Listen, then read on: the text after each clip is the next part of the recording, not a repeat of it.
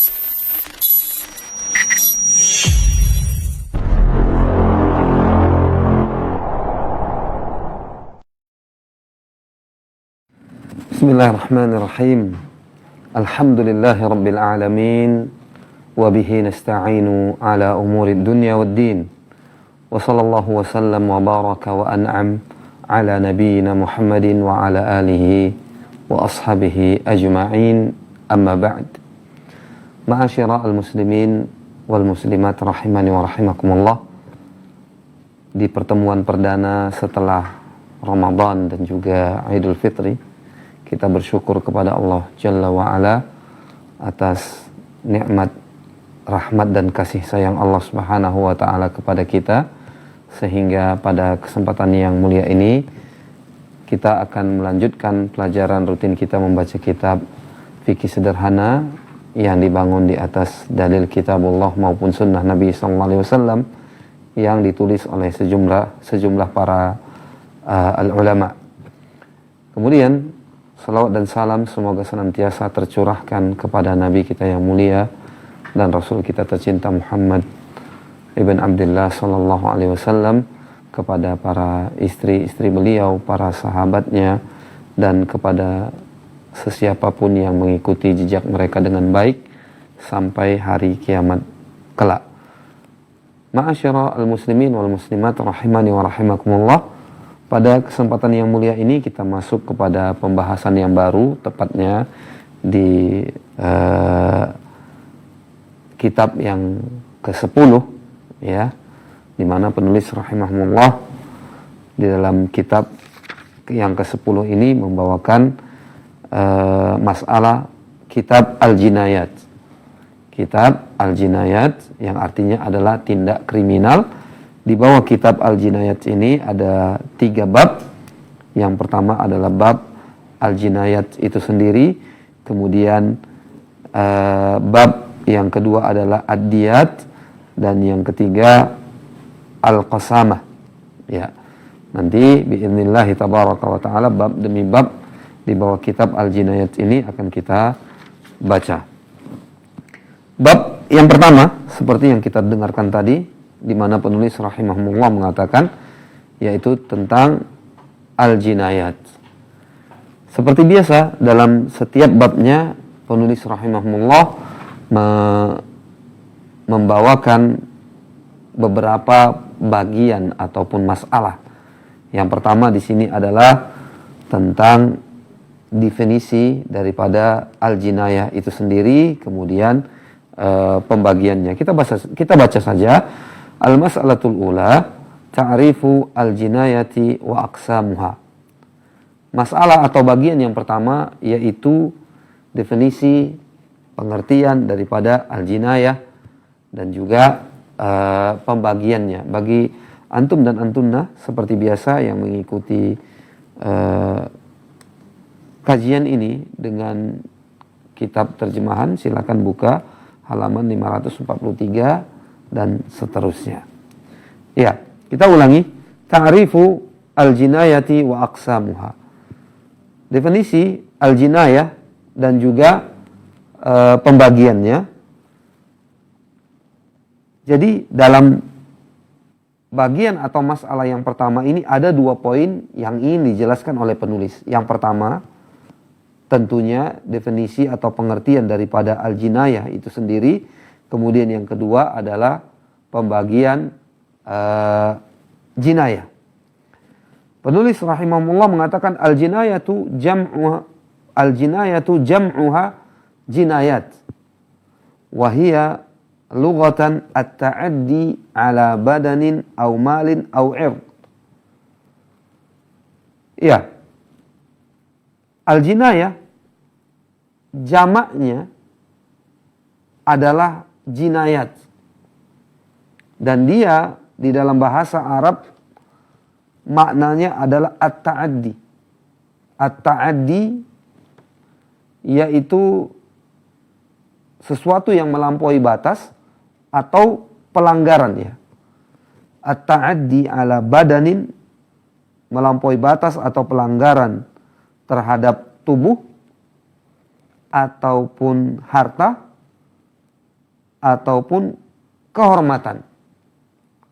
Wa qad ja'ala al-fuqaha'u kitaba al-jinayati khassan bit-ta'addi 'ala al-badan wa kitaba al-hududi khassan bit-ta'addi 'ala al-mali wal-'ird. Para ulama atau para fuqaha, para ahli fikih menjadikan kitab jinayat khusus untuk membahas pelanggaran-pelanggaran terhadap tubuh. Dan kitab Al-Hudud khusus untuk membahas pelanggaran-pelanggaran yang berkenaan dengan harta dan kehormatan. Ya, jadi ada dua bagian. Semua bagian-bagian ini biidznillah tabaraka wa ta'ala akan semakin dapat kita pahami ketika kita sampai pada pembahasannya. Kemudian penulis rahimahullah mengatakan fal jinayatu syar'an at-ta'addi 'alal badani bima yujibu qasasan au qisasan au malan au kafarah. Jinayah secara makna syar'i berarti at-ta'addi, pelanggaran terhadap tubuh, terhadap badan yang mewajibkan terjadinya qisas, aksi membalas, atau malan, denda, atau kafarah, atau kafarat. Ya, ini makna al-jinayah secara syar'i. Pendeknya, ma'asyira al-muslimin wal muslimat rahimani wa rahimakumullah, secara bahasa al-jinayah ini diambil dari kata al-jani. Maknanya adalah mimma yajnihil insanu ala nafsihi. Apa yang dituai oleh seseorang untuk dirinya. Ya, kalau dia berbuat sesuatu, maka dia akan tuai hasil dan akibat dari sesuatu tersebut. Adapun secara syar'i tadi jelas disebutkan bahwa pelanggaran atas badan, ya, kemudian pelanggaran tersebut yujibu qasasan au qisasan. Pelanggaran tersebut mengharuskan terjadinya qisas atau denda atau kafarat. Kemudian masuk kita kepada poin yang kedua, yaitu aqsamu al-jinayah. Tanqasimul jinayatu ila qismain. Para fuqaha dan para ulama membagi al-jinayah, ya, tindakan kriminal ini menjadi dua bagian. Bagian yang pertama, ya, jinayatu 'alan nafs. Bagian yang pertama, jinayah terhadap jiwa atau nyawa. Bagian yang kedua, jinayatu 'ala madunan nafs. Kriminal ataupun jinayah yang di luar daripada jiwa, lebih rendah daripada menghilangkan jiwa. Seperti, ya, jinayah terhadap satu daripada anggota tubuh. Kriminal terhadap gigi umpamanya, sehingga gigi tersebut tercabut atau patah. Ya, ini yang dimaksud di bagian yang kedua ini. Kemudian pada masalah yang kedua, penulis rahimahullah mengatakan al-jinayatu 'alan nafs.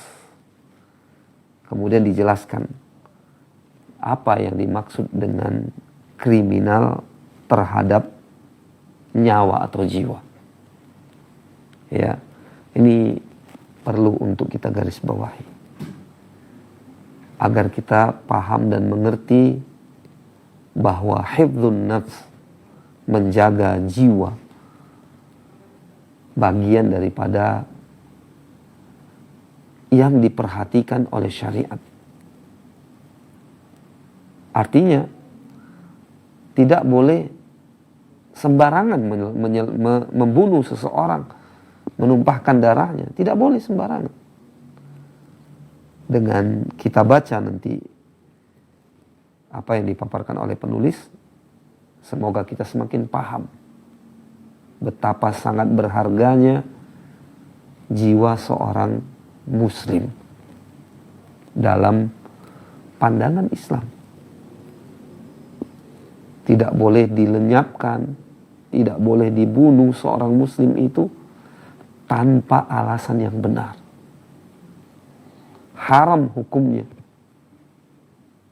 untuk menumpahkan darah seorang muslim, bahkan membunuhnya tanpa alasan yang dilegalkan dalam syariat Islam. Begitu besarnya perhatian Islam dan perlindungan Islam terhadap pemeluknya kaum muslimin. Ini harus kita pahami dengan baik. Karena ini bagian daripada masalah yang sangat pokok dan prinsipil di dalam agama kita. Mari kita baca. Wahia kullu fi'lin yuaddi ila zuhuqi an-nafs. Wahia al-qatl. Penulis rahimahumullah mengatakan jinayah terhadap nyawa adalah semua perbuatan, perlu kita garis bawahi, wahia kullu fi'lin, semua perbuatan yang menyebabkan nyawa melayang. Nah, harus kita garis bawahi. Ya, karena penyebab itu banyak sekali. Penyebab yang bisa membuat nyawa melayang itu banyak sekali. Ya, oleh karena itu ini seakan menjadi kaedah yang perlu untuk kita garis bawahi. Bahwa yang dimaksud dengan jinayah 'alan nafs, ya, perbuatan jinayah terhadap nyawa adalah setiap fi'il, setiap perbuatan yang menyebabkan hilangnya nyawa. Wahiyal qatl, dia adalah pembunuhan. Pembunuhan. Wa ajma'al muslimuna ala tahrimil qatl bighairi haqq. Dan kaum muslimin berijma, sepakat atas haramnya pembunuhan tanpa hak, tanpa izin dari syariat. Liqaulihi ta'ala, karena Allah Subhanahu wa taala berfirman, "Wala taqtulun nafs allati harramallahu illa bil haqq." Janganlah kalian melenyapkan jiwa yang Allah haramkan. Tidak boleh dilenyapkan. Diharamkan oleh Allah Subhanahu wa taala untuk melenyapkannya. Itu tidak boleh dilenyapkan kecuali illa bil haqq. Kecuali dengan alasan yang benar. Ya, yang dibenarkan oleh syariat. Ini harus kita garis bawahi. Karena firman Allah Jalla wa'ala dalam surah Al-Isra ayat 33 ini menjadi dalil dan tumpuan dalam masalah ini. Ya. Kemudian wali hadithi Abdullah bin Mas'ud radhiyallahu anhu qala Rasulullah sallallahu alaihi wasallam, la yahillu damu mri'in muslimin yashhadu an la ilaha illallah wa anni rasulullah illa bi ihda thalathin. Athaybu zani wan nafsu bin nafs wa tariku lidinihi al mufariqu lil jamaah. Hadis muttafaqun alaihi, dikeluarkan oleh Imam Al-Bukhari dan juga Imam Muslim rahimahumullah. Dalil berikutnya tentang diharamkannya membunuh jiwa seorang muslim kecuali dengan alasan yang dibenarkan oleh syariat adalah hadis tadi yang artinya tidak dihalalkan. Tentu maknanya adalah diharamkan. Apa yang diharamkan tersebut? Darah seorang muslim yang bersaksi la ilaha illallah wa anni rasulullah, kecuali illa bi ihda thalathin, kecuali dengan satu dari 3 sebab berikut ini. Artinya kalau ada sebab ini, maka nyawa yang dilindungi tadi, yang diharamkan tadi, menjadi tidak lagi diharamkan. Apa itu? Yang pertama adalah as-sayyibuz zani, pezina yang muhsan, pezina yang pernah menikah. Maka dia dihukum dengan rajam, dilempari batu sampai wafat. Artinya jiwanya dihilangkan karena sebuah pelanggaran, yaitu zina tadi. Karena dia seorang yang muhsan, sudah pernah menikah. Ya. Kemudian yang kedua, an-nafsu wan nafsu bin nafs. Yang kedua, jiwa dengan jiwa. Yang membunuh dikisos, dibunuh juga. Keluar perlindungan untuknya, menjadi dia tidak dilindungi lagi. Karena dia membunuh. Dalam Islam, dia harus dikisos. Ditegakkan kepadanya aksi balas. Ketika wali daripada yang terbunuh tersebut menuntutnya dan tidak memaafkannya. Ya. Yang ketiga adalah watariku lidinihi al-mufariqu lil jamaah. Seorang yang murtad dari agama dan yang menyempal dari jamaah. Ya, ini 3 sebab yang menjadikan seorang boleh untuk dibunuh dalam Islam sesuai dengan redaksi hadis ini. Ya, di antara sebab seorang boleh dilenyapkan jiwanya, nyawanya, karena dia melanggar salah satu daripada pelanggaran-pelanggaran yang disebutkan dalam hadis Al-Bukhari dan Muslim ini. Tentunya ada pelanggaran-pelanggaran yang lain juga yang menyebabkan seseorang mendapatkan hukuman sampai kepada pelenyapan jiwa atau nyawa, ya. Seperti dalam hadis disebutkan haddus sahir darbatun bisayf. Hukuman bagi tukang sihir adalah dipenggal lehernya. Ya, ini juga hukuman dengan melenyapkan nyawa, tetapi bihaqqin. Nah, ini yang harus kita garis bawahi. Dengan legal dari syariat. Ya, dengan legal dari syariat. Fatahrimul qatl bighairi haqqin thabitun bil kitabi wa sunnati wal ijma'.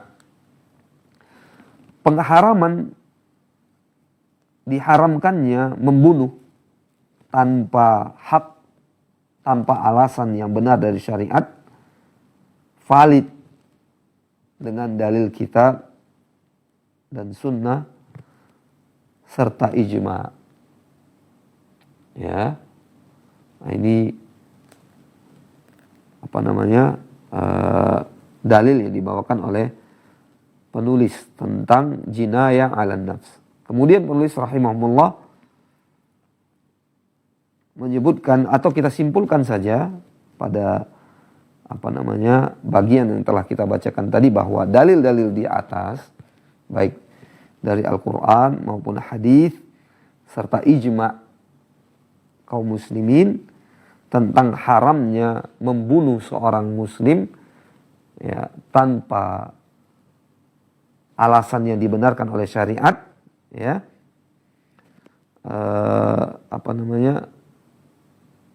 kita ulangi, dalil-dalil tersebut menyimpulkan bahwa haramnya membunuh seorang muslim tanpa alasan yang dibenarkan oleh syariat. Namun bila ada alasan yang membenarkan untuk dia mendapatkan hukuman bahkan sampai harus dilenyapkan nyawanya, maka itu dilakukan karena ada izinnya daripada syariat. Ini kesimpulan daripada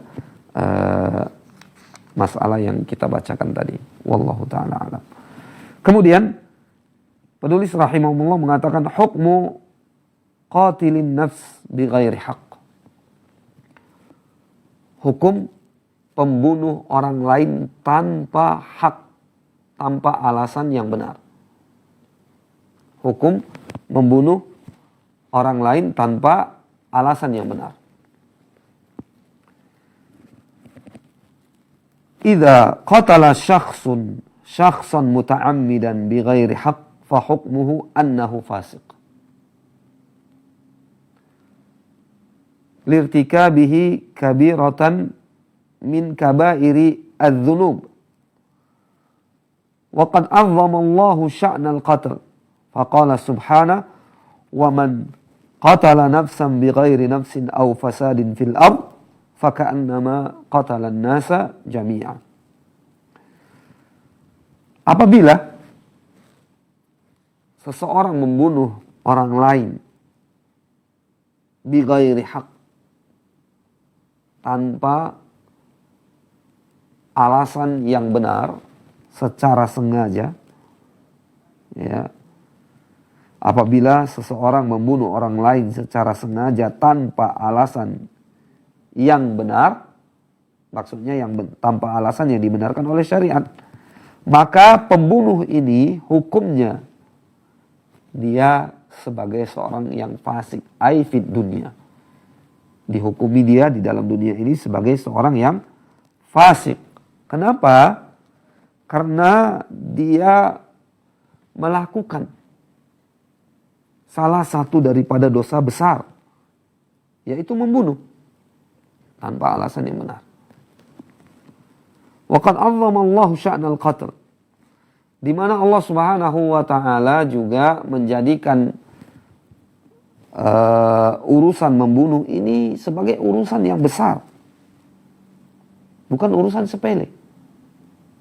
Bukan masalah yang ringan. Di mana Allah Jalla wa Ala berfirman yang artinya barang siapa yang membunuh satu jiwa, ya, man qatala nafsan bighairi nafs. Barang siapa yang membunuh seorang manusia bukan karena dia membunuh orang lain,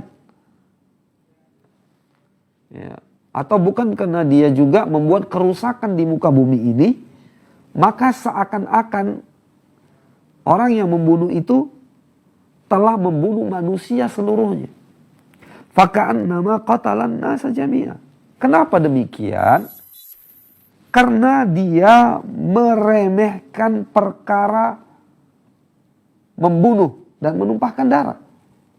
Walaupun yang dia bunuh satu orang, tetapi karena dia meremehkan pembunuhan itu, besar kemungkinan di kesempatan yang lain dia akan membunuh orang lain dan bahkan jumlahnya lebih banyak daripada adegan yang pertama. Bisa jadi seperti itu. Kenapa? Karena al-istihanah tadi. Anggapan sepele. Berkeyakinan dia bahwa ini adalah sesuatu yang biasa saja.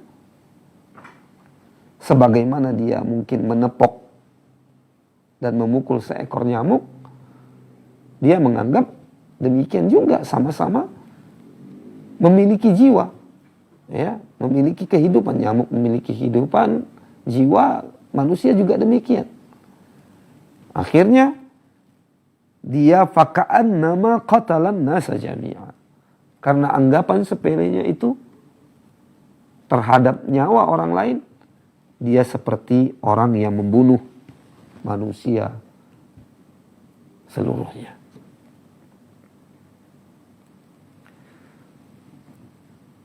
Ma'asyiral muslimin wal muslimat rahimani wa rahimakumullah. Wa qala sallallahu alaihi wasallam, dan Nabi sallallahu alaihi wasallam bersabda, "Lan yazala al-mu'minu fi fushatin min dinih ma lam yusib daman harama."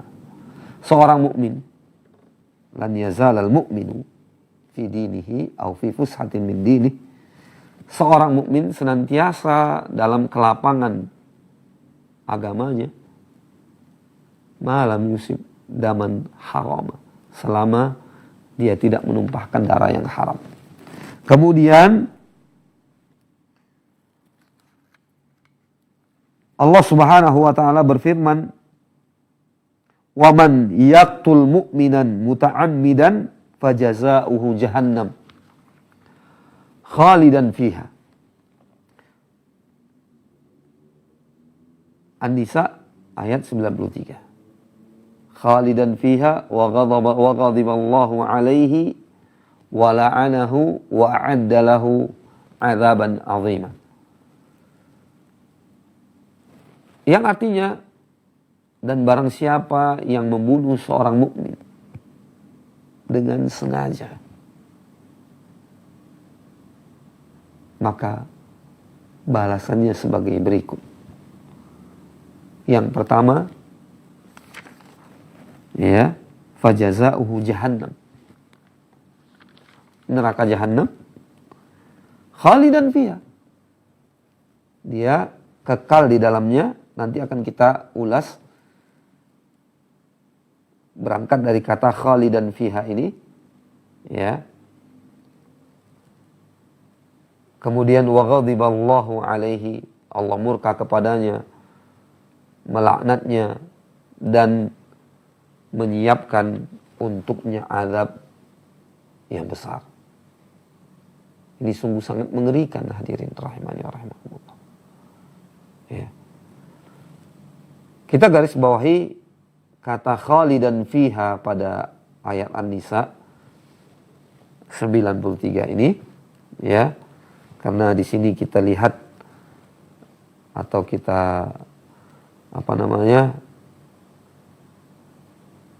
menyebutkan sebab diturunkannya ayat ini karena sebuah kejadian, sehingga ayat ini diturunkan kepada seseorang yang bernama Miqyas ibn Suba'ah, karena dia membunuh seseorang dan dia murtad. Jadi dia menjadi seorang yang kafir, sehingga dia khalidan fiha. Ganjaran yang dia dapatkan neraka dan dia kekal, karena memang neraka itu kekal untuk orang-orang kafir. Ya. Diriwayatkan dari Ibnu Abbas radhiyallahu taala anhuma bahwa laisa fil ayah muta'allaqun biman yaqulu bi takhlidi fin nar birtikabil kaba'ir li'anna al-ayata nazalat fi qatilin wa huwa kafir wa huwa Miqyas ibn Subabah. Ya. tidak ada sangkut pautnya ayat di atas tadi dengan bitakhlidi finnar, dengan hukuman kekal selama-lamanya di dalam neraka yang diperoleh oleh orang-orang yang melakukan salah satu dari dosa besar yang non-syirik. Karena ayat tersebut diturunkan pada seorang pembunuh yang kafir bernama Miqyas ibn Subabah. Ya.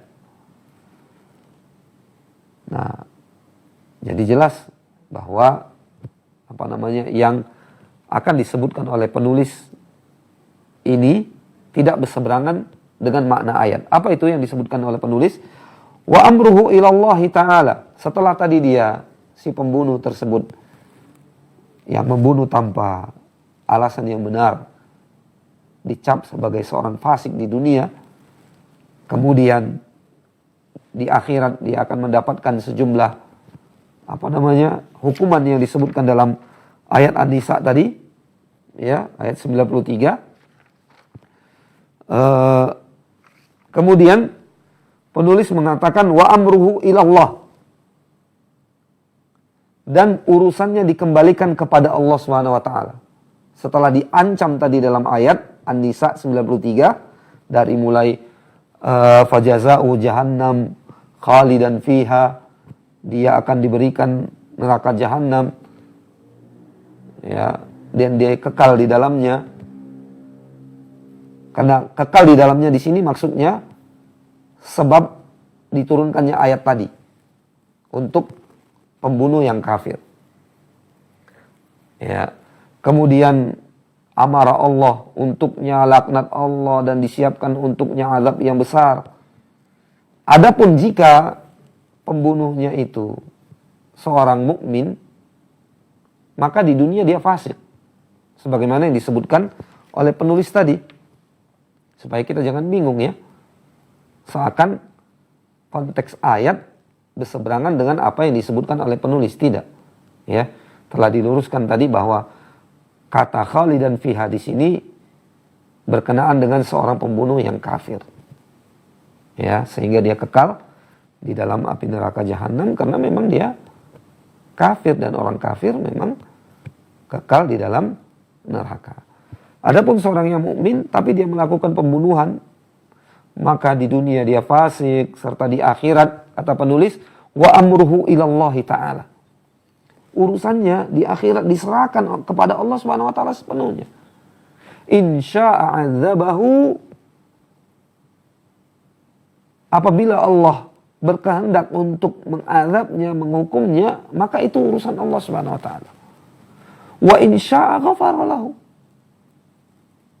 Dan jika Allah ingin mengampuninya, maka Allah akan lakukan itu untuknya. Ya. Allah azab dengan keadilannya, Allah ampuni dia dengan keutamaan dan rahmat Allah Subhanahu wa taala.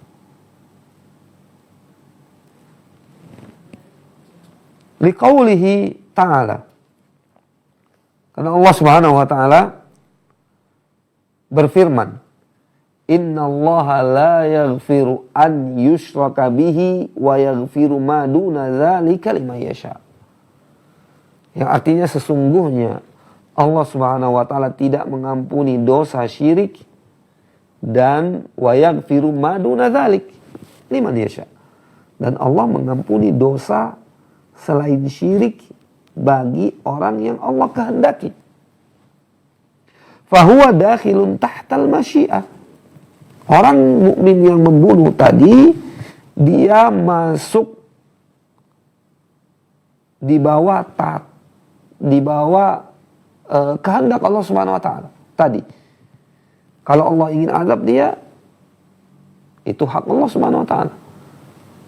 Kalau Allah ingin ampuni juga hak Allah Jalla wa ala. Li'anna dzambahu duna syirk. Karena dosanya di bawah syirik. Hadza illam yatub. Amma idza taba fa taubatuhu maqbulah.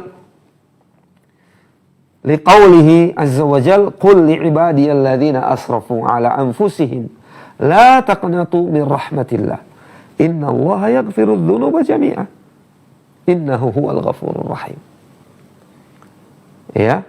Ayat An-Nisa 48 tadi, sesungguhnya Allah Subhanahu wa taala tidak mengampuni dosa kesyirikan, ya, dan mengampuni dosa selain syirik bagi yang dikehendaki, ya. Itu kalau dia seorang yang melakukan kesyirikan tersebut apabila dia tidak bertaubat dan mati membawa kesyirikan. Tapi kalau dia bertobat, sekalipun bertobat dari dosa syirik, dan insya Allah Allah akan ampuni, akan terima tobatnya. Apalagi seorang yang melakukan dosa di bawah syirik, walaupun itu adalah pembunuhan. Nah, ini harus kita garis bawahi, supaya kita tidak larut dalam perasaan. Lah kan ini jelas-jelas membunuh, akan membuat yatim anak-anak yang terbunuh, akan membuat dan menjadikan janda istrinya umpamanya, ya. Masa iya levelnya lebih rendah daripada syirik? Syirik itu kan gak merugikan siapapun. Yang rugi hanya Allah Subhanahu wa taala, kata mereka yang beranggapan demikian. Kita mengetahui dosa syirik itu lebih besar, bahkan induk segala dosa, lebih besar daripada pembunuhan, lebih besar daripada ini dan itu berdasarkan dalil-dalil dari kitabullah dan sunnah Nabi SAW. Ya, yang intinya pelaku kesyirikan saja kalau dia bertaubat, ya, tidak mati membawa dosa kesyirikan, insya Allah Allah akan ampuni dia. Apalagi dosa selain syirik. Kembali kita baca, li'anna dzambahu duna syirk wa hadza illam yatub amma idza taba fataubatuhu maqbula. Adapun orang yang membunuh tadi, bahkan pelaku kesyirikan, kalau dia bertobat, maka tobatnya akan diterima oleh Allah Subhanahu wa taala. Ya, ini menurut Ahlus Sunnati wal Jamaah.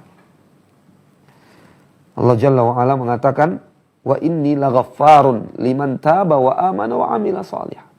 Sesungguhnya aku ini Maha Pengampun bagi orang yang bertaubat, beriman dan beramal saleh. Kemudian penulis di sini membawakan firman Allah Jalla wa Ala dari surah Az-Zumar ayat 53 yang artinya, katakan wahai Muhammad kepada hamba-hambaku yang asrafu, yang telah melampaui batas. Ya, yang telah melampaui batas, jangan sekali-kali mereka berputus asa dari rahmat Allah. Sesungguhnya Allah mengampuni dosa-dosa semuanya. Nah, ini perlu kita garis bawahi. Innallaha yaghfiru dzunuba jami'a, yang artinya sesungguhnya Allah mengampuni dosa-dosa semuanya, termasuk dosa syirik, bila bertaubat darinya sebelum wafat. Ya. Ayat An-Nisa 48 tadi, tidak diampuni dosa syirik kalau dia mati membawa dosa syirik dan belum bertobat. Jelas ya? Nah, baik. Sesungguhnya Allah Subhanahu wa taala mengampuni semua dosa. Innahu huwal ghafurur rahim. Dan dialah Allah yang Maha Pengampun lagi Maha Penyayang.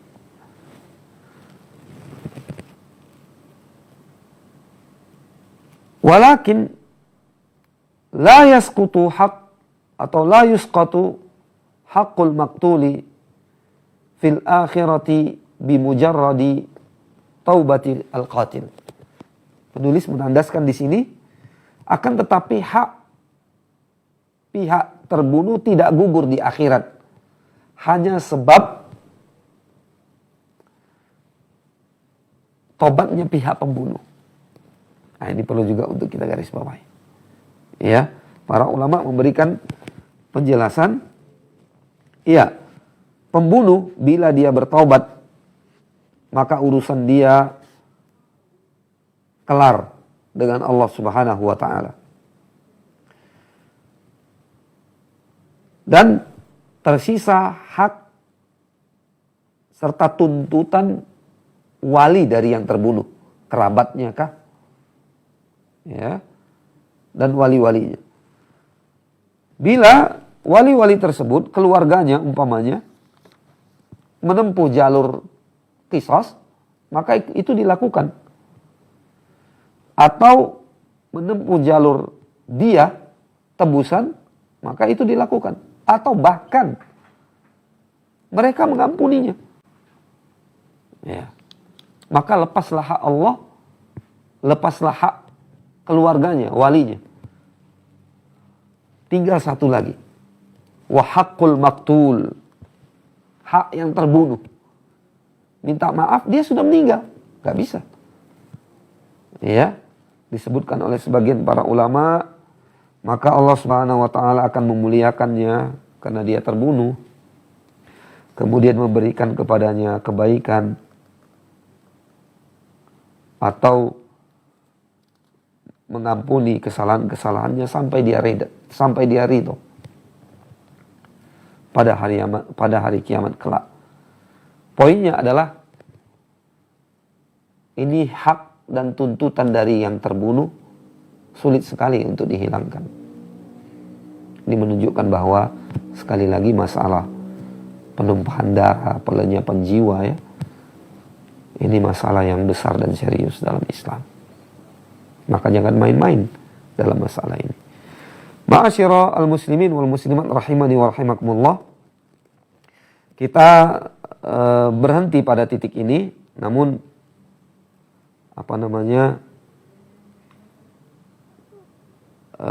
ada beberapa catatan yang ingin kita tambahkan di sini. Tadi penulis rahimahullah mengatakan fahuwa dakhilun tahtal masyiah. Setelah dia dihukumi sebagai fasik, seorang muslim atau mukmin yang membunuh tadi, fasik di dunia, lalu bagaimana nasibnya di akhirat telah kita jelaskan tadi. Penulis mengatakan apabila Allah hendak mengadabnya, maka Allah akan lakukan itu. Ya. Jika Allah Subhanahu wa taala mengadabnya, maka Allah tidak akan menjadikan dia kekal dalam api neraka yang pada akhirnya dia akan dimasukkan ke surga. Karena memang surga adalah tempat kembalinya seorang mukmin, dan neraka tempat kembalinya seorang kafir. Atau insya'a fa'anhu. Atau bisa jadi Allah Subhanahu wa taala langsung mengampuninya, fayudkhiluhul jannah bifadlihi wa rahmatihi. Langsung mengampuninya dan memasukkan dia ke dalam surga tanpa proses azab terlebih dahulu. Ya. Ini yang ingin kita sampaikan pada kesempatan yang mulia ini. Mudah-mudahan bermanfaat.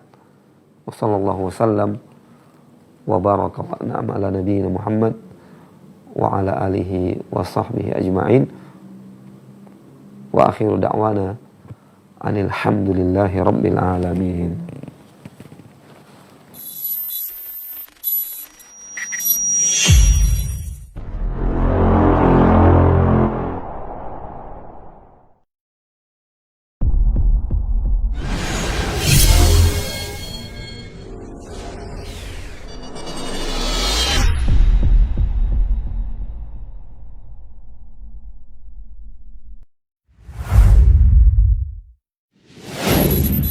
Assalamualaikum warahmatullahi wabarakatuh. Saudara-saudariku, para pemirsa Sil TV dimanapun Anda berada, himani wa rahimakumullah. Semoga antum selalu berada dalam lindungan Allah Tabaraka wa Ta'ala.